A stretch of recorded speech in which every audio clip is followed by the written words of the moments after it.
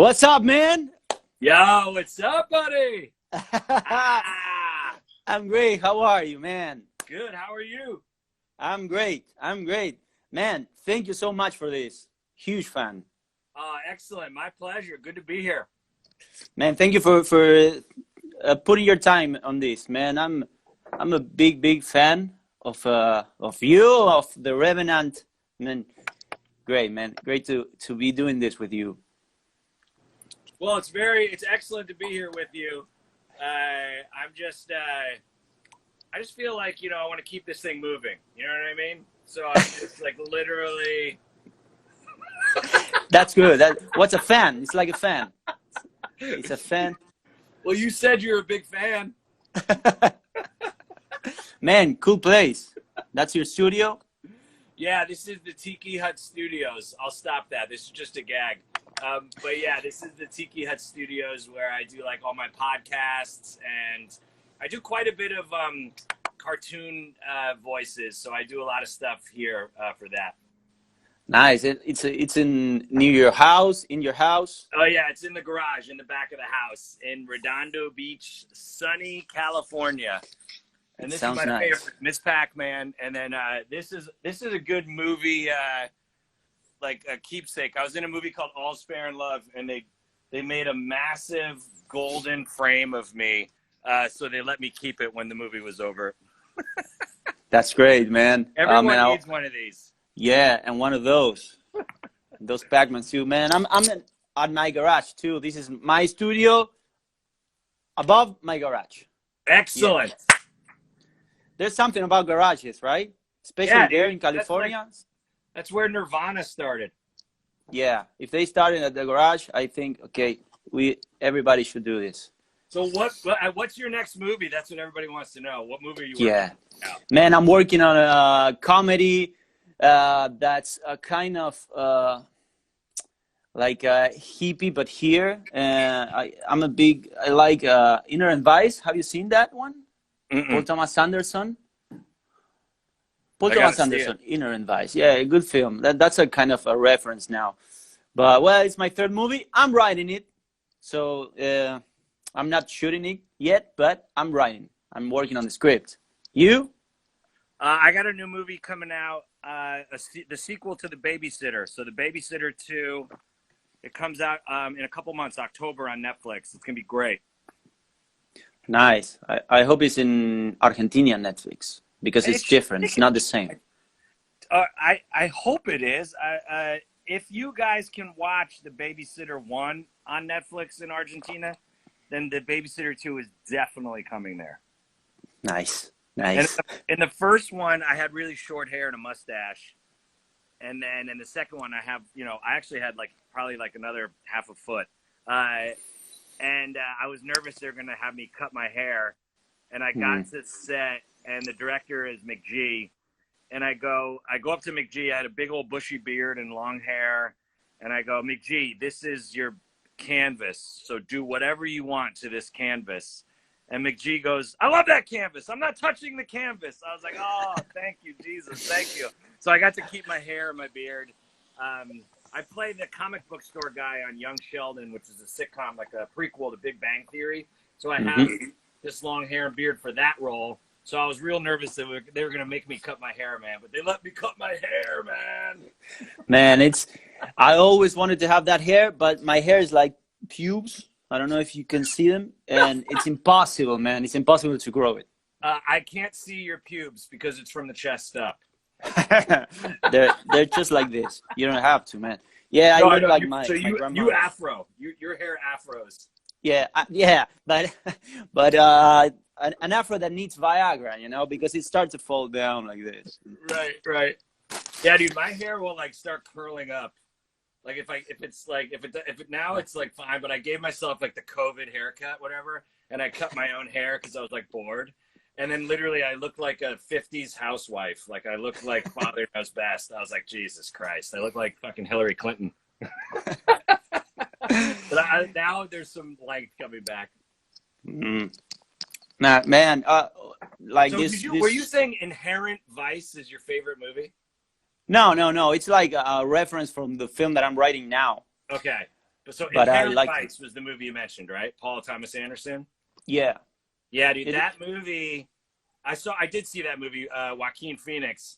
Yeah. So that movie takes place kind of where I live, like in a fictional California beach community. I think they made it up, but basically, like it's like I live in what's called the South Bay, or the beach cities. It's Manhattan Beach, Hermosa Beach, Redondo Beach, and so Inherent Vice took place in a fictional beach town in the beach cities. And what's kind of cool is Redondo Beach is where Vincent Vega, John Travolta's character from Pulp Fiction, is from. So for people in Redondo, I guess Quentin Tarantino used to work at a video store in maybe Manhattan Beach or one of the beach cities. So anyway, but at one point, John Travolta wants a ride back to Redondo Beach, and Samuel L. Jackson's like, man, I'm not driving to Redondo Beach, which is such an LA thing because people think Redondo Beach is on the dark side of the moon, man. They think I'm in Argentina with you. They're like, I'm not driving down there. It's too far. Man, I went to California once, but I don't know. It's fucking huge. I was in. It's massive. It's massive. I didn't know that. I was in like where the stars are. Yeah, Hollywood Boulevard. Hollywood Boulevard, and I said to my friend, "Hey man, I always wanted to see Venice Beach. Let's go." So 1 hour and a half drive. I sleeping on the Uber. Yeah, exactly, dude. I just drove to San Francisco, which is like a 5-6 hour drive. And California is like the size of Europe. I'm like, dude, we went from LA to San Francisco. And if we were in South America, if we were in Europe, we would have literally driven through 5 countries by now. And we're still in California. But yeah, dude, I love Cali.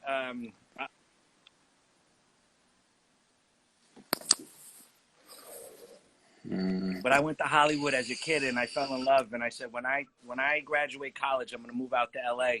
So I graduated college in 98 and I moved out here like a couple weeks later. And I've been here now 22 years. I love Hollywood, man. I love LA. Man, and how is it now with this thing? I watch a lot of podcasts like Joe Rogan and I'm starting to see that everybody's moving out. Why? What's happening? Have you heard something about that? I don't know. So people are moving out of California? Yeah, I don't know. Maybe I misunderstood, but no, I think, well, look, I hear a lot of talk, like people are like, when they locked down California because of COVID, we were pretty early in our lockdown. So people like were really pissed off by that, which obviously I guess we should have done. Right. So I heard a lot of chatter like, about like, oh, the only reason I'm in California is because of the beach. I don't like the politics here. I don't like that they're making us lock down. So a lot of people like threatened to move to Mexico or Montana or Idaho or like somewhere out that was more vast where they wouldn't be as restricted, I guess. But I'm not going anywhere, dude. No, you shouldn't, man, because this is going to end. And yeah, I mean, I think it's just, it's going to be like a year of our life that got completely and utterly fucked up. And then hopefully it'll go back to normal or there'll be a new normal, but like everything will be back. Hollywood is moving forward though.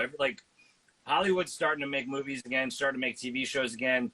Everybody's in production. Everyone's creating the content. Now they actually have to film it and get it out to the people. So a lot of content is being green lit and okayed, and like the studios and the networks all want stuff. So they're really going out to all the creative people and trying to get as much stuff, because we obviously all were forced in our homes and we just all watched TV and watched movies. So a lot of stuff is in pre-production. I have a bunch of friends who are busy working from home, writing episodes and writing movies, and hopefully they're going to start filming them like literally any day now. I know they've started some stuff, but I think the floodgate is going to be released, and by Christmas time especially, you're just going to see a ton of new movies and new content. I mean, all the movies that were supposed to come out this year are all getting pushed back to next year. So 2021 is going to be like the greatest year for movies in our lifetime. Yeah. It's just going to be like a huge, massive blockbuster movie like every single weekend, like 2. I can't wait for Bill and Ted's Space the Music. Bill and Ted's 3 coming out on September 1st. I can't wait. Nice, man. That's good news. Yeah, and everybody's at home watching movies, and we watch them all. We need new ones Uh-oh. right now. Oh God. Oh, Right, the fan moved to the sorry. chair. All right, hold on. Okay, we're back. Sorry. Yeah. Fucking Man, Earth's rotation, man. Gravity is I, a thing. every time I hear someone coming, I just face my back to the door and I do. What's up?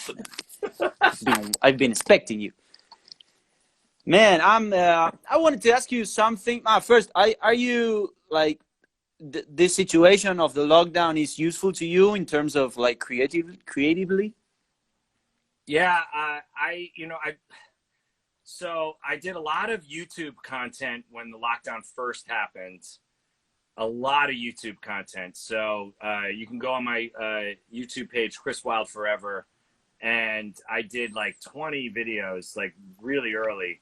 And then I flipped over to TikTok, and I have been on TikTok for the past month, and I have like over 1 million views. I have like, I don't know, 7,000 followers now. I'm going to tell them to check out what we're doing right now next. Great, man. This is going to be on YouTube. Excellent. But yeah, so I did a lot of content and I wrote a lot of stuff. And then, right now we're just like trying to get it out there. But like, so I've had a lot of fun. Like at first I thought TikTok was stupid. I looked at it on my phone. I'm like, this is like teenage girls doing softcore porn. This is not for me. And I deleted it. And then my son, who's 9 years old, was like, hey, Dad, my 10-year-old friend does this TikTok video. Can we watch it? And I looked at it, and I didn't set the settings for like, I just set it. I just downloaded and looked at it, and I watched his 10-year-old buddy's videos, but then some other like stuff happened that was like so adult. And I was like, all right, delete. You can't see this. But a comedian friend of mine named Joe Prano, who's very funny, his girlfriend just put up one of his 1 minute, just 1 minute of his stand-up comedy on TikTok, like on a whim. She put up 1 minute of, one of his jokes. It's a pretty funny joke. And it exploded and got like 350,000 views like in 24 hours. And he was like, whoa. So he comes over to my backyard for like a social distance party. And he's like, bro, you got to do TikTok. I'm like, dude, I don't want to do TikTok. Stupid. It's just like teenage girls showing their boobs. It's pretty weird. And he's like, no. He's like, yes, it is that. But he's like, you're going to be the king of TikTok. Trust me. He's like, I put this comedy video up. It's a decent joke. He's like, I'm not that creative. He's like, bro, you're way more creative than me. Like, just trust me, do it. And then he showed me a couple of like tricks of the trade of TikTok and like how to duet and like how to use the sounds and stuff like that, which I didn't know how to do. And I was like, yeah, whatever, I'll do it. So like I did a couple videos and got no traction, whatever. And then I started duetting other people's videos and I got some traction. And then I like did this Make America Great Again character. It was just like, hey, y'all, golly. Like, he was, hey, Supreme Leader Commandant Trump is so smart. Like, I just did that character. And like that thing like exploded and got like hundreds of thousands of views. And I was like, oh, okay, I'm onto something here. And then like, I just like from there, I kind of spun into other stuff that I actually wanted to do that I thought like would help people. And so it's been fun. So I've done that, just like, that's like rapid fire fluff content. And then I've been working on like some scripts and working on developing some things further. So we'll see what happens. But yeah, like when lockdown happened, I had done a couple of projects before Corona hit, and then they needed to like get me to do additional dialogue recording, ADR. So I had to do like literal audio looping. So I came out to the garage to the Tiki Hut Studios and banged out like some voices for Disney. I'm going to be on a Disney Channel show called Amphibia on Disney Channel on Saturday, actually. At 8:00 p.m. I don't know what time it's on for you, but if you get Disney Channel, check out Amphibia. I play this two-headed snake brother and sister character. And then I did dialogue for The Babysitter 2, which comes out on Netflix in October. And I was shocked that I was able to like do it from my garage and that it would be actual broadcast quality, but they said it was. So I was like, cool, man. So I've been keeping busy doing that. And then just other voiceover work out here.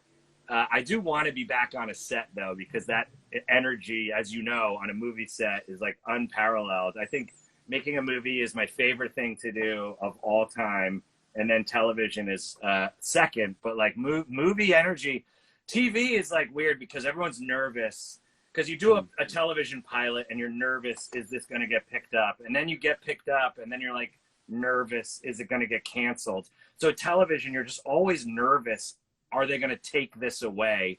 Whereas a movie, you have a start and a middle and an end. There's a finish line. Yeah. You get to that finish line and then it's done, and you're never, you know, and then hopefully it resonates with people. But I feel like a movie, more so than any other kind of entertainment, has the potential to literally last forever. I mean, you're talking about a movie, The Revenant, that I shot in 2008 that people didn't really start seeing until it found a home on Cinemax and then HBO and then Sci-Fi Network. You know, that didn't happen until like 2013, 14. So that movie sat for like 2 or 3 years before it found an audience. And then it found an audience for about like a 6-year journey. And now you can't find it. Like, you cannot find it anywhere. And you have it on DVD or Blu-ray or whatever, you have it, but like you can't get it. Like, it's very difficult to come by. And I actually I have a text thread going with David Anders, who's the other actor in it, and then Carrie Pryor, who's the director. And I'm like, bro, you got to release The Revenant, like, again, like re-release, especially now because we kill so many cops in that movie. I'm like, defund the police, people will love that shit. And like, he's like, bro, he's like, I don't even think I can release it. But he was like, I need to do like a limited edition, like, you know, like 20th, I don't know, 10th anniversary. I'm like, yes, you have to do it. And he's like, I don't even know if the public can handle that movie right now. I was like, I don't know, well, whatever. Yeah, we'll see what happens. Man, I downloaded on, I don't know, a torrent, and I have it. And I send it to my friends, man. Hey, have you seen this film? Boom, and I send it to them. So I'm doing like a dark web network with the film. Yeah. Man, and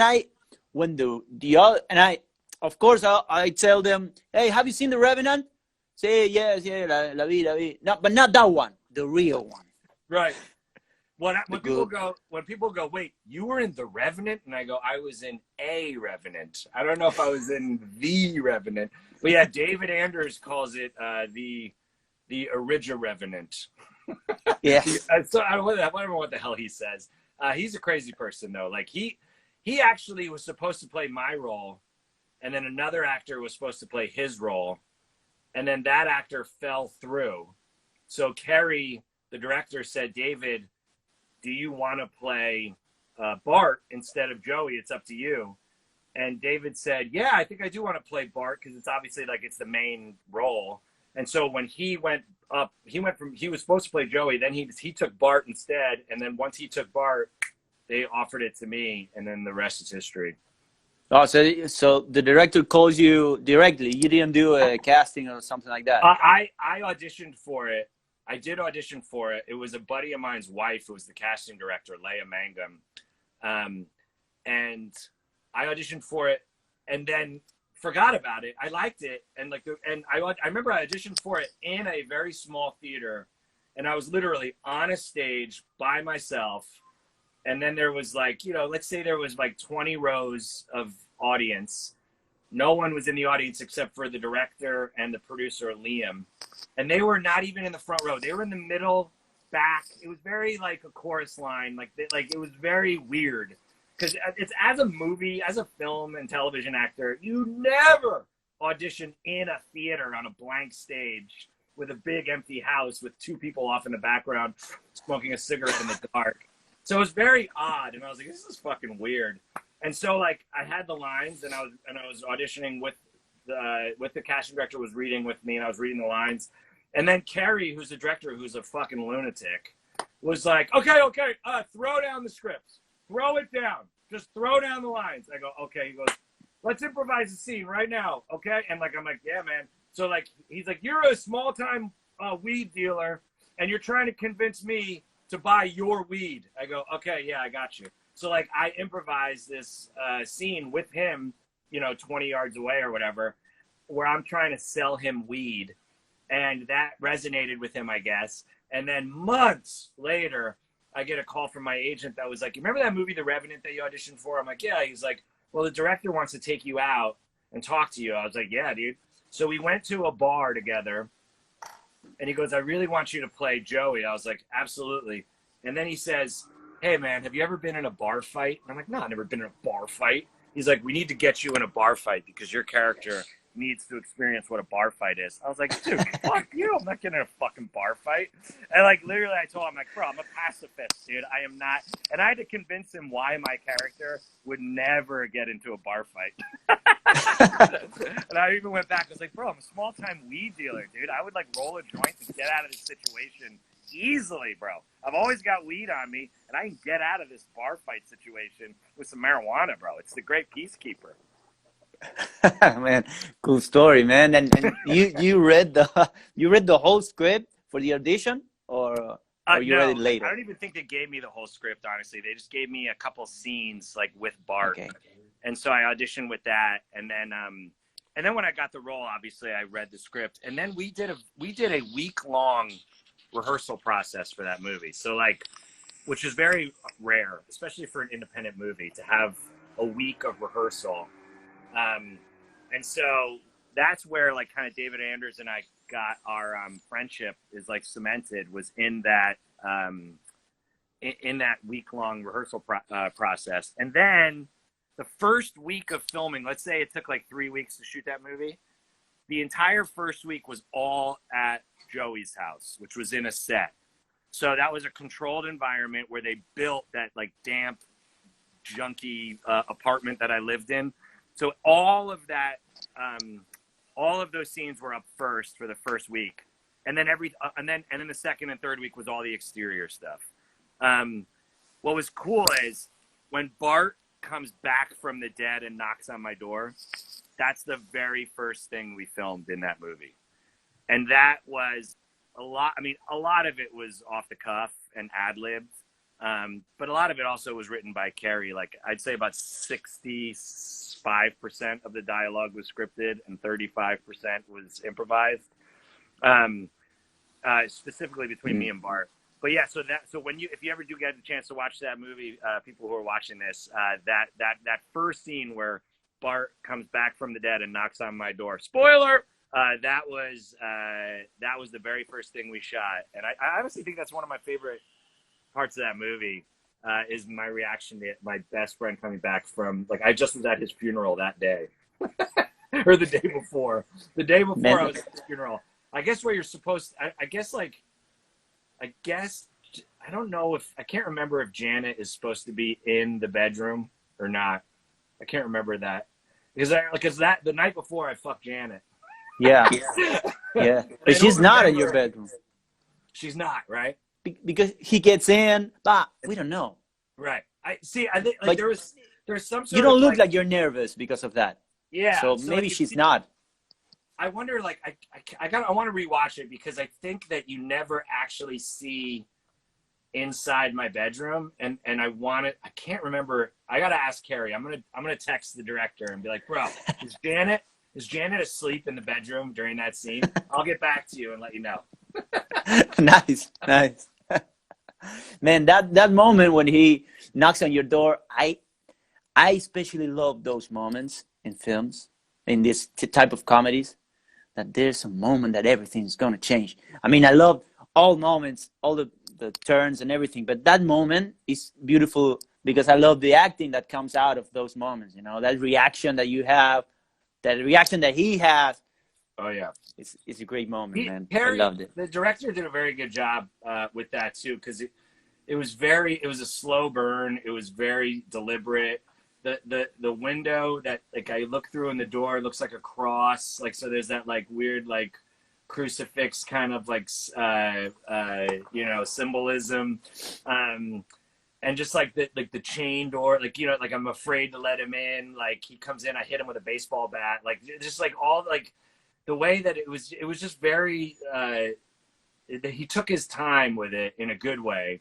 But yeah, that movie's very slow and very creepy. It's very Twilight Zone. I definitely, I think there's a reason that people are still talking about that movie, 12 years later, for sure. I'm surprised Carrey didn't do more. He did another movie where his next movie was this movie that he shot in a school where the teachers have to kill the students because the students become zombies or something. I can't remember. It's either the students are trying to kill the teachers or the students are trying to kill the teachers or vice versa. And it's kind of a war between students and teachers. But yeah, he shot it in Ohio and he didn't use any actors. He used all people he found from Ohio. So I don't know if that, I don't know. I never saw that movie. But yeah, I'm surprised. Oh, man, I'm surprised he didn't do more movies because that guy's definitely got a unique voice, But maybe he threatens to do a sequel to The Revenant all the time. So I know David and Andrew would do it. Please. Yeah, I don't know if my character would be beheaded or something. It would just be a talking head. I don't know what the hell would happen. Man, the moment where you talk with the dildo here, I rewatched it some parts today, and then it's fucking funny. So how much of the, for example, the misogmonic, that's a reference to Alf, right? Or yeah. Okay. Well, I want to tell you this. I saw the film because I have a friend, Chiche Santiago, that I think is watching right now. He came one day and he said, "Hey man, I saw a movie on a Mar del Plata Film Festival, film festival here, a big one, and I think you will love it. Nice. The Revenant. What's it about? It's a comedy about a movie about a vampire who comes to life and he gets together with a friend. I have to see it now. I have to watch it right now." And I watched it and I loved it. And we always when we speak or we are having dinner or something, we always say, "Good afternoon, Miss Agmonic." Yeah, he's okay, Miss Agmonic. All the time, through all these years, we still do that joke. That's amazing. So Carrey really fought me on that because the name of the character was something else the name of the character was something else that reminded me of Alf as a kid growing up, Miss Akmonic, who Alf was always at war with. Alf wanted to eat Miss Akmonic's cats, right? So I'm a big pop culture guy, and the character's name I don't remember, but I go, that reminds me of Miss Akmonic, and I just kept calling her Miss Akmonic. And Carrie's like, "You have to stop that. That is not her name." And I go, "Carrie, this character's he's on drugs. He's high all the time. He loves weed. His favorite show as a kid was Alf. This woman's name is whatever, but he likes Miss Akmonic, and she is oblivious, and she loves, hello, Joey, oh, let me make you some eggs, Joey." So that actress was actually really wonderful. She was super cool. They aged her. She was much younger than she actually looks in that movie, and she was super wonderful and rolled with every punch that I threw at her. But yeah, "Oh, you had a burning candle at both ends, Joey." I go, "Yeah, that's right, Miss Akmonic." It made Carrie so mad that I kept calling her Miss Akmonic, but I never stopped doing it. I was like, "This is getting in the fucking movie. I don't care what you say, buddy. This is my movie too, goddammit." But yeah, I can't wait to text him and be like, "Hey man, I was just talking to a film writer and director who cherishes Miss Akmonic. It's one of his favorite characters. You son of a bitch, Carrie." Usually I do whatever the director says, but every now and then I go, "Give me this. Give me this, please. Give me this. Please. I'll give you everything else, but please give me something." Man, that's great, man. That's great. Chiche will laugh. He says, he's talking to me right now. Excellent. Yes, dude. Miss Akmonic, the director, fought me on Miss Akmonic. Man, that's beautiful when that sort of things happen. Then become something really good. It's amazing. I mean, I made 2 films, and I work mostly with the actors of the films are my friends, and right. I listen a lot to them because I trust them, and sometimes they say things to me, and at first it doesn't look right, but then I say, they are smart. I trust them. I'm going to hear them, what I have to say. I'm going to try things with them, absolutely. So good things might happen from that. Man, sorry about my English. It's been a long time. No, and having a long conversation. Doing wonderfully. Your English is exponentially better than my Spanish, that's for sure. Okay. You speak Spanish? No. No habla español, hermano. No hablas español. Che, so there was like 60% scripted and 40 improvised. Specifically, so like anytime I'm with Bart, David Anders, so the him and I, he's one of these. He's always cast as the bad guy in everything that he does, right? So he's the bad guy in iZombie. He's the bad guy in Alias. He's the bad guy on Heroes. Like, he's just like, you know, I guess maybe he was a good guy in Heroes, but regardless, he always plays this British bad guy. And this was one of the first times that he got to be the good guy. And also, this was one of the first times that he really got to just speak with his own American accent, because usually he does this British accent. And I could tell David, David loves to do comedy. So I do a web series called Dadholes about what dads say when moms and babies are listening. Thank you. And so David is one of the Dadholes with me, and that is one of the favorite things. David is always texting me, when can we shoot more Dadholes? When can we do more Dadholes? Because David is funny and doesn't get to be funny a lot. So in The Revenant, he got to be funny, and he loved. All right, so sorry. Right. So David got to be funny and loved improvising with me, and Carrie gave us a broad net to do it. So the scenes specifically with David and I, yes, I would say like 60% scripted, 40% improvised, maybe 65-35. Some scenes more than others.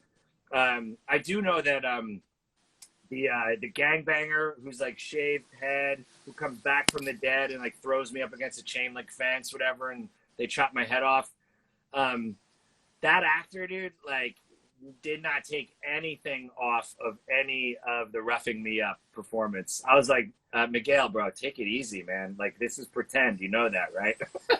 Like, he kept like throwing me up against a chain link fence like during rehearsal. I was like, bro, this is rehearsal. Like, take it fucking easy. Like, when the camera goes, you can fucking do your, like, method shit. But, like, stop physically hurting me, okay?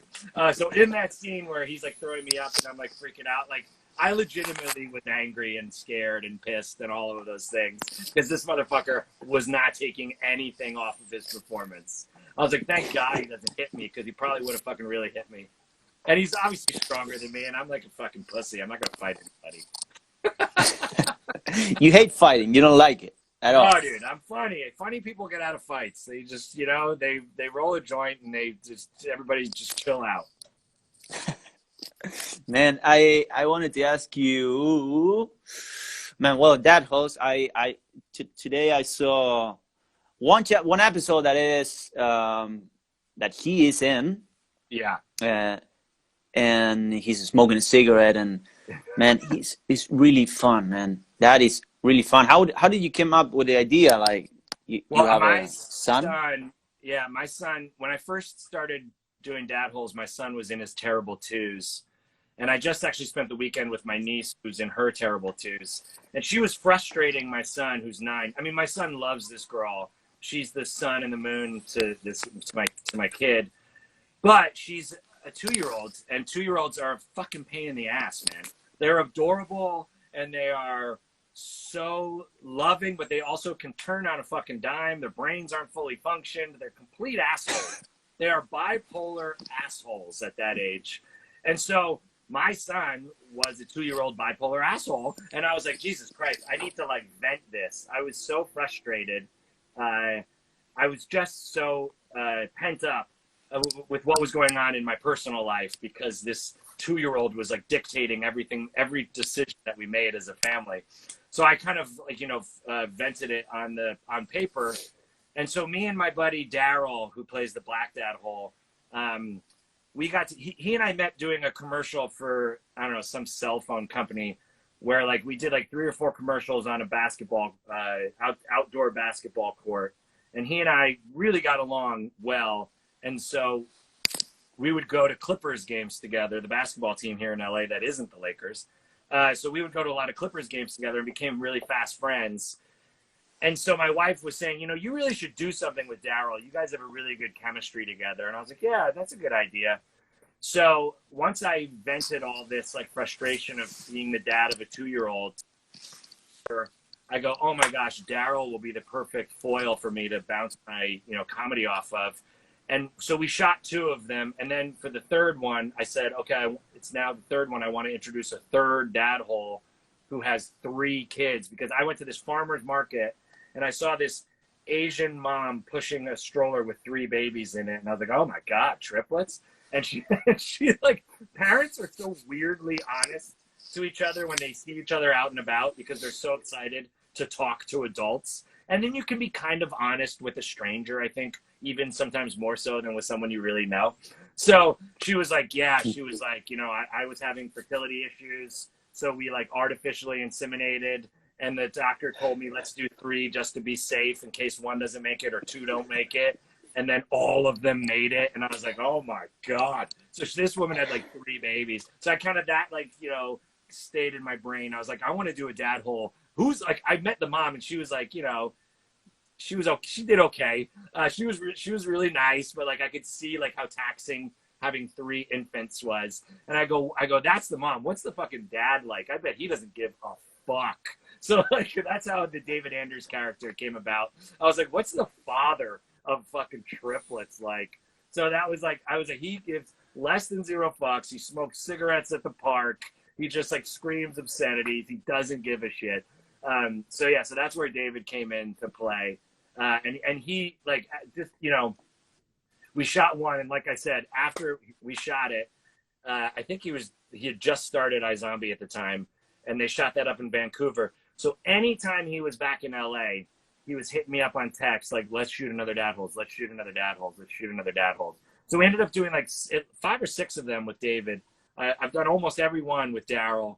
And Daryl is, he's on that show Barry on HBO. And then he is doing a movie about the real Black Panthers, not the superhero Black Panther, the movie about the forming of the Black Panthers. Daryl's going to be in, and he's also in that Jamie Foxx movie, Just Mercy. He's really wonderful in that movie, so check that out. But yeah, Daryl, those guys are honestly like Daryl, Britt Gibson, and David Anders are probably my 2 most talented actor friends. So I just love getting the chance to work with those guys. So David and I met on the Revenant, and you know, we've done a bunch of stuff together. And he just came down to the beach. He wants me to teach him how to surf. I think him on a surfboard is a bad idea. You're gonna read about it, like actor drowns. You know, like I'm just like TV's David Anders drowns in Pacific Ocean. I know that's gonna be a headline. But anyway, maybe I'll teach him how to surf one day. Man, and it's okay to surf right now, or the police bust your ass? Yeah, no, cool. It's okay. Like, they closed the beach for like 2 weeks. And it just so happened that the weather was shitty and there was a red tide, so the water was disgusting. And so then the water cleared up and the sun came out and the beach was still closed, and all the surfers, we were going nuts. And then they lifted it. I mean, at the end of the day, like, I mean, what do I know? I'm not a fucking scientist. I'm not Dr. Fauci. But from what I'm reading, indoors, you are fucked. Outdoors, you're fine for the most part. And like a surfer is not right next to the guy. You know what I'm saying? You're not like right next to somebody. You're in the fucking ocean. You know what I mean? And you're far. I surf, like I don't surf in a massive crowd, but so yeah, dude, we go to the beach, we surf. I want my son surfs. He's 9 years old, and COVID's been really tough on him. So we try to like let him do as much of the fun, normal activities that he can within reason. It looks like school is going to be closed again for him, so he's like super pissed. But I was like, bro, you used to say every day going to school, I hate school. I wish the school was closed. I don't want to go to school. I'm like, dude, you said that for 5 years. You said it for kindergarten, first, second, third grade, okay? 4 years you said it. Well, guess what? They closed the fucking school. Wish granted. Be careful what you wish for. Yeah, man. I have a friend who wrote a beautiful text, and there he said, When I go to parties, I wish I was at home reading books, whatever. And now I'm in this dreamy situation that I trained for, and I don't like it. Right. And that's what's happening. Have you been extra creative during this time? Have you been able to be creative and flow into creativity while locked at home? Luckily, yes. I've just finished shooting one episode, like a TV pilot that I'm working on with a friend, and so immediately I started editing it. Great. So I was okay. So in my mind it was, everybody's pausing and I'm working. Right. I'm winning. Then I finished it. And then I started to grow my beard, a mustache, all that shit, you know. I started to get bored, anxious, and talking with my girlfriend, she encouraged me to do something with a couple of ideas that I had for films. And I put together something in my mind, I don't know, and I started to write a script, what I want to be my third film. So excellent. I gave it a good use to the situation. Excellent. I'm okay with this. Yes, good. I have friends that wanted to kill themselves. Oh yeah, dude. So I'm not there. I shaved my mustache. When I started writing. When I first moved to LA in '98, I didn't surf. I just came out of college where I used to do stand-up comedy. I used to do improv comedy. I was in all the plays. I was in some PBS show. I had my own student-run television show. I had classes. I was so busy 7 days a week, 24 hours a day. I barely had time to do drugs and sleep. But I still found the time to do drugs and sleep. Anyway, but I moved to LA and I started booking professional acting jobs and making a living wage acting. But that I was working 1 or 2 days a month on average. And so now I have 28 days where I maybe go to an audition or a meeting, but nothing else. And I was losing my mind when I first moved out here because I had so much downtime. So what everyone experienced during COVID was all of that fucking downtime. What the fuck do I do with it? It is a total culture shock. We are all so used to being busy and having something scheduled. And now that we all have smartphones with calendars, it tells us exactly what to do and where to be and what we're doing. And let's follow this person and see what they're doing. And now we're going to have fucking FOMO. And I wish I had a fucking latte with a heart on it and all this bullshit. And so I, 20 years ago, went through this for years.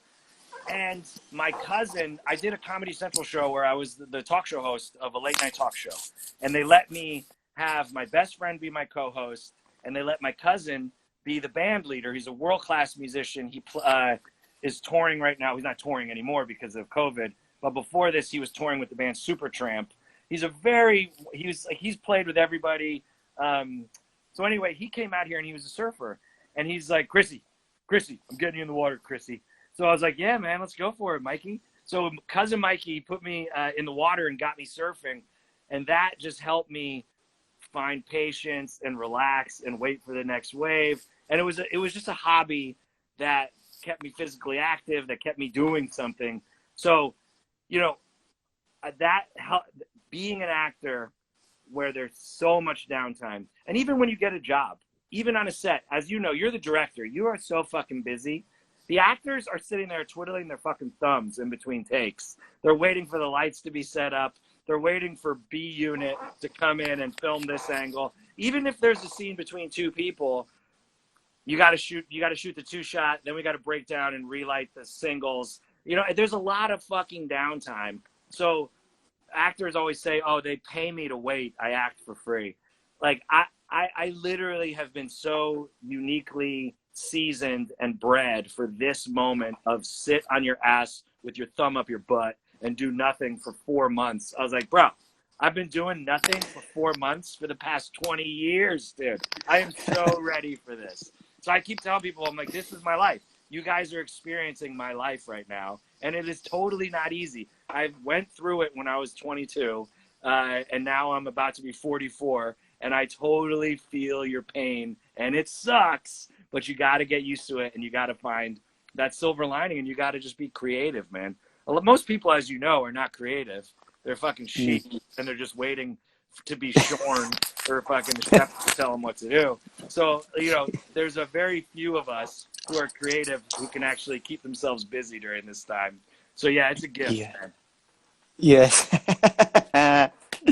Man, I don't know how much longer this will be because it only gives you like 50 minutes. Okay. So in my end suddenly at some point. So just like life, whatever.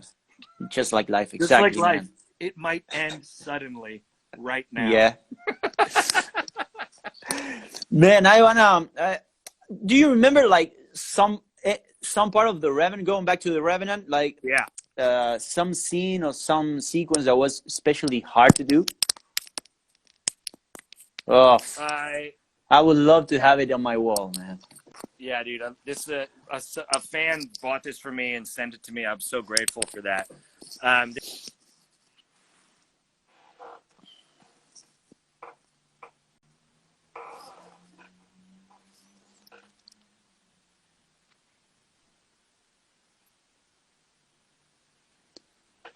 Se está trabando. It's a kind of lagging. You there? You listen to me? I can hear you. There you are.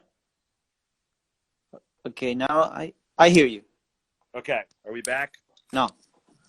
Uh-oh. Yes, we're back. We're having technical issues. Is that better? If I put the camera down. The hardest scene for me was, remember when we were driving around trying to like pick up homeless people to eat? Yes. And kill. So that was a night shoot in Hollywood.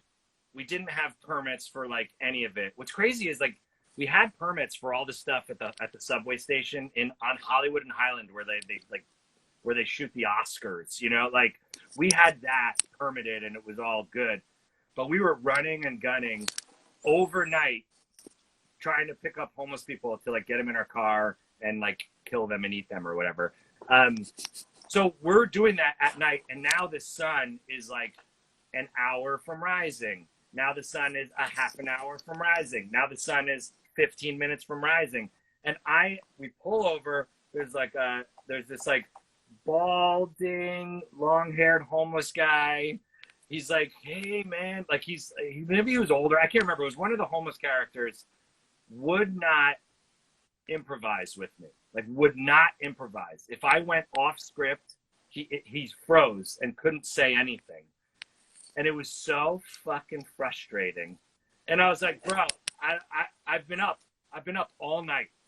It's literally gonna be, the sun is gonna rise in 30 minutes. I don't even know my own name, let alone the fucking lines on this tiny script. Just fucking give me something. I'm gonna talk to you. You just say fuck you, okay? How about you just say fuck you, man? That's all I need you to do. I'm gonna talk to you, and you just say fuck you, man. And he wouldn't even do that. And I was like, Jesus Christ! Like I was so frustrated with this person, and because he literally, anytime I went off script, he just went blank and they gave me nothing. And so like I improvised off of nothing and tried to be like, let's get this guy. He's a fucking dummy. He doesn't even know if he's alive or dead. But like, so that was that like driving around trying to pick up homeless people was easily the most difficult part of the shoot. David really struggled with the eyeballs. Like, you know, they had the glazed eyeballs. Yeah. And so these were actual physical contact lenses that you put in your eyes that I ended up having to do as well, but not nearly as much as him. And you couldn't see anything. I mean, you could barely see. There was a pinhole that you could see through and everything else was white. And David said, this is what it's like if somebody comes in your face. This is like looking through the goggles of someone who just got their face came on. I was like, oh, thank you. Anyway, it was so difficult to see. So that was, anytime those contact lenses were in either of our eyes was very, very difficult because acting is reacting. If you can't see your scene partner, how the hell can you react off of them? That was very, very difficult. A lot of the times they would pull the contact lenses out of us and then they just put them in post, which was much, much better. So anytime I had those contact lenses in, David really especially struggled with that. I remember Carrie, the director, wanted me to drive that like 70s like muscle car with the contact lenses in. I'm like, bro, I can't see anything, dude. I'm like, I can't drive. He's like, just go straight and we'll tell you when to stop. I'm like, fucking, I'm gonna kill us. I'm gonna kill the car. We need the car for this movie, man. So anything with the contact lenses was very difficult. So, man, let me see if I understood the whole homeless sequence. Where they were actually homeless, that you were driving? they were actors. No. And what was crazy, so like they were actors. So like because I understood that one of them was actually homeless and whatever. Okay. No. He was an actor, and what was crazy was like he was on the show Deadwood a bunch, and he just kept saying like, when I was on Deadwood, they never went off script. I was like, yeah, bro, you're not on fucking Deadwood. Do I look like a fucking cowboy? No. I'm tired. I don't know the lines. I'm not gonna say the lines. I'm just not gonna do it. I'm losing my mind right now. So you got to give me something, okay? And I literally was just saying like, hey man, I'm gonna say a bunch of shit, and when I stop talking, just say fuck you, okay? That's all I need to do. And Kerry was no help to me. Kerry and then by the way, David, because David threw so many fits throughout that movie because of the contact lenses. He was a bitch from morning, noon, and night. He was always bitchy, okay? He liked me, but he hated everyone else. He hated Carrie. He hated Louise, the actress. He hated everyone except for me. And he hated those fucking contact lenses.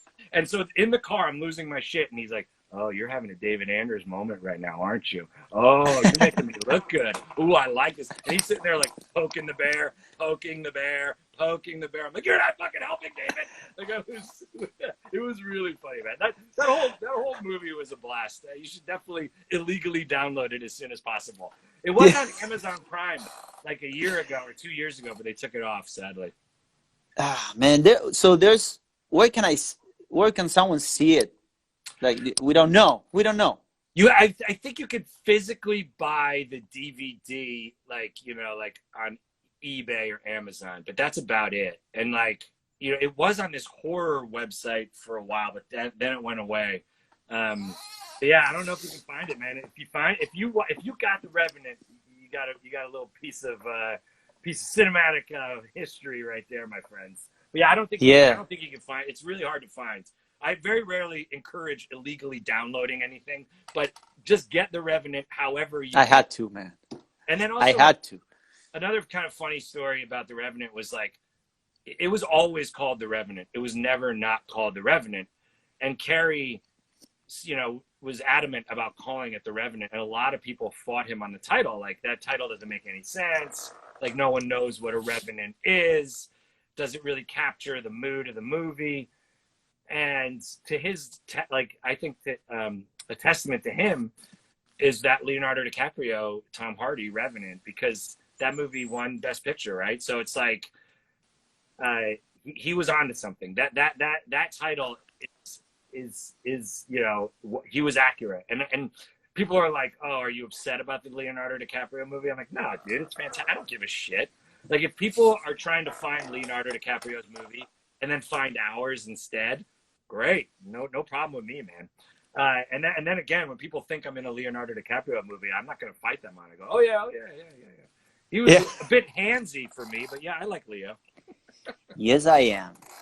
Yes, I am. I am a Revenant. I'm not the Revenant, but I'm a Revenant.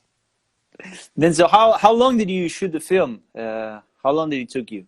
Yeah, it took about it took just under a month, and like 4 weeks. Yeah, yes. But then we had the 5 days of rehearsal where we really built our chemistry, and we found a lot of the improvisation there, and then we went off of that as well. So there was about 5 days of rehearsal, and there was probably about like 20 something days of principal photography. We did come back and do reshoots. I want to say, I can't remember. It's been so long. We did 1 or 2 days of reshoots like months later. And just like random shit that had to be like, tweaked that got fucked up on the day or something like that. But yeah, people like, I love it because people either love the ending or hate the ending. It's a very polarizing movie, and then people who love it like really love it. So you know, I went to a couple film festivals where they showed it, and people's reaction was always very strong, regardless whether they hated it or whether they loved it. They definitely felt something. So yeah, dude, I really liked the dude who held up the liquor store with the bandana over his head. He's an actor named DNA. He's also like a rapper. That guy was fucking cool as hell.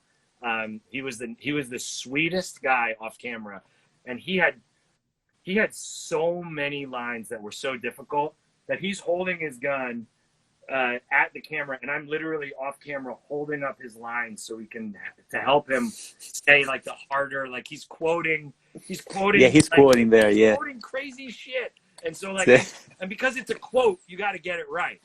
So I'm literally like off camera holding up the lines for him while he's like holding a gun, and he was so grateful for me doing that. I'm like, bro, of course, dude, I'm gonna help you out. And actors are trying to help each other out. I'm like fucking this homeless asshole. This homeless cowboy from Deadwood, for God's sake. Look, man, actually, Ian McShane doesn't improvise every now and again. Actually, the whole there's a sequence that I kind of copied for my first film, and I'm gonna show it to you later. I'm gonna send it to you. Please like the whole moment that you're driving with with that music in Spanish that I don't remember. Yeah. That sequence, and like I holding the bong for me while I'm driving, and vice versa. Exactly. Yeah. You stop at a red light and you watch a couple of girls on another car. But man, I literally kind of copied it.